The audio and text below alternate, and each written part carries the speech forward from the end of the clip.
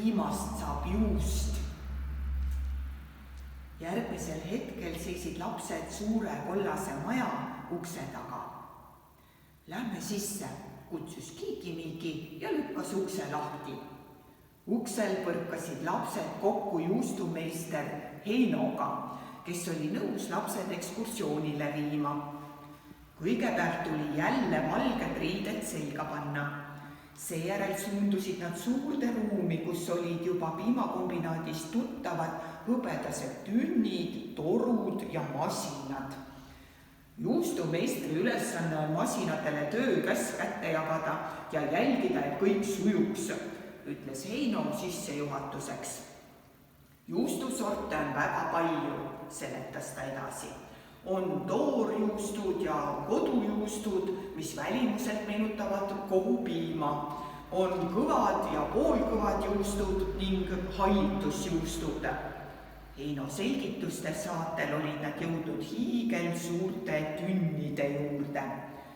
Siin on piim, mis on juba kontrollitud ja pastöriseeritud, patsutas Heino tünni.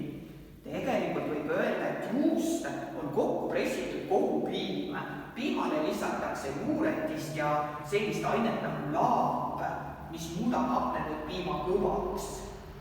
Lapsed nägid, kuidas masin lõikas kõvaks muutunud juustu parajateks kamakateks ja tõstis siis suurtesse tünnidesse, kus sees oli mingi vedelik.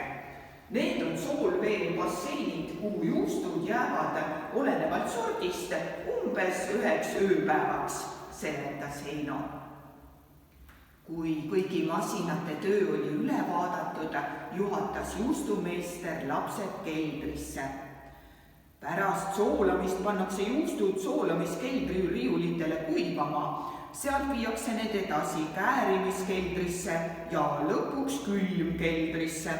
Seal juust laagerdub ning omandab just selle õige juustu maitse, rääkis Heino juusturiiulite ääres.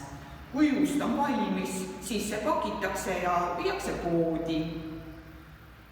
Kui kaua juust seisma peab, tahtis Kiiki-Miiki teada. Olenevalt sordist. Tavaliselt ikka mitu kuud. Mõni juust seisab aastaid.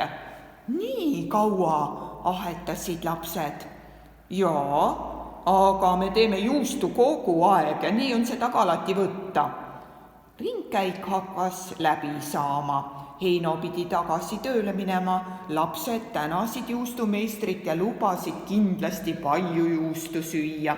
Nad astusid õue ja Kiiki-Miiki uuris oma kella. Ühtegi sõnumit polnud.